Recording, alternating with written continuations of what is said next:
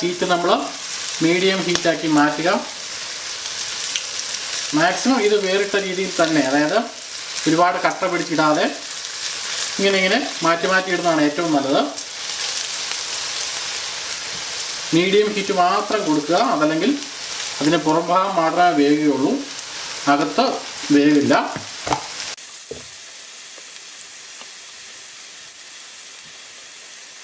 ഇത്രയും നമ്മൾ ഏകദേശം ഒരു 2 അല്ലെങ്കിൽ 3 മിനിറ്റ് വരെ ഇത് അനക്കാനൊന്നും പാടില്ല. അങ്ങനെ അനക്കി കഴിഞ്ഞാൽ ഇതിൻ്റെ കോട്ടിങ് വിട്ടുപോകും. അതുകൊണ്ട് ഒരു 2 അല്ലെങ്കിൽ 3 മിനിറ്റ് ഇതേപോലെ തന്നെ നമുക്ക് വെക്കാം. അതിനുശേഷം മാത്രം ഇതൊന്ന് മറിച്ചിടാം.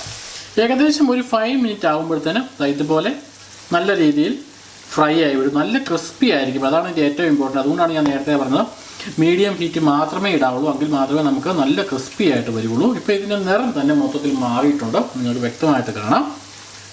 അപ്പോൾ ഇത് ഓൾമോസ്റ്റ് ആയിട്ടുണ്ട്. നമുക്ക് വേണമെങ്കിൽ ഇടയ്ക്കൊന്ന് ഒന്നുകൂടെ വേണമെങ്കിൽ ഇതുപോലെ ഒന്ന് മറിച്ചിട്ട് കൊടുക്കാം. ഇതിപ്പോൾ ആയിട്ടുണ്ട്. മറ്റൊരു പാത്രത്തിലേക്ക് മാറ്റുകയാണ്.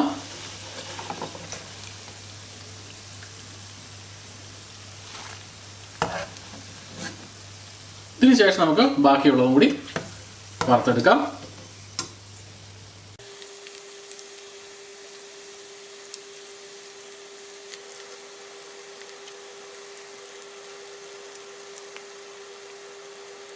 അപ്പോൾ രണ്ടാമത് നമ്മൾ ഫ്രൈ ചെയ്യാൻ ഇട്ടേക്കുന്ന ഇവിടെയുണ്ട്.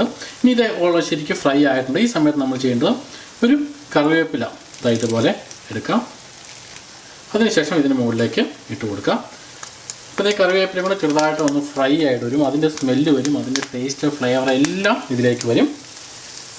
അപ്പോൾ ആ കറിവേപ്പിലയുടെ എല്ലാ പോർഷനും ആ കറിവേപ്പില ടേസ്റ്റ് കൂടി ഇതിലേക്ക് ശരിക്കും ഇറങ്ങിക്കോളും. അത് നമ്മൾ പാത്രത്തിലേക്ക് മാറ്റി കഴിഞ്ഞാൽ ഇതുപോലെ ഇരിക്കും, നല്ല ക്രിസ്പി ആയിട്ട് ഓരോ പീസുകളും. അതോടൊപ്പം നമ്മുടെ കറിവേപ്പില നല്ല ക്രിസ്പി അതിൻ്റെ അത് കിടക്കുക. ഇപ്പം മൊത്തത്തിൽ നല്ല ഒരു മണം വരുന്നുണ്ട്. എന്താണെങ്കിലും അപ്പോൾ ഇനി ഒട്ടും താമസിക്കണ്ട, ചെയ്ത് നോക്കാം. അപ്പോൾ നമ്മുടെ സംഭവം റെഡി ആയിട്ടുണ്ട്.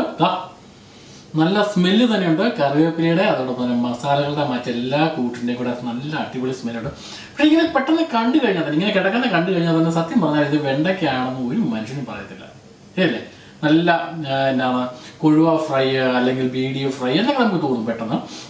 മസാലപ്പൊടി ഇട്ടേക്കുന്നതുകൊണ്ട് അതിൻ്റെയും കൂടെ ഒരു മണം ഉണ്ടെന്നാണ് വേറൊരു പ്രത്യേകത. അത് ടേസ്റ്റ് ഉണ്ടോ നമുക്ക് നോക്കാം. അപ്പോൾ ട്രൈ ചെയ്യാം. ഞാൻ നേരത്തെ പറഞ്ഞു ക്രിസ്പി. ഓക്കെ, അത് നമുക്ക് കടിക്കുമ്പോൾ തന്നെ ഒന്ന് ശ്രദ്ധിച്ചു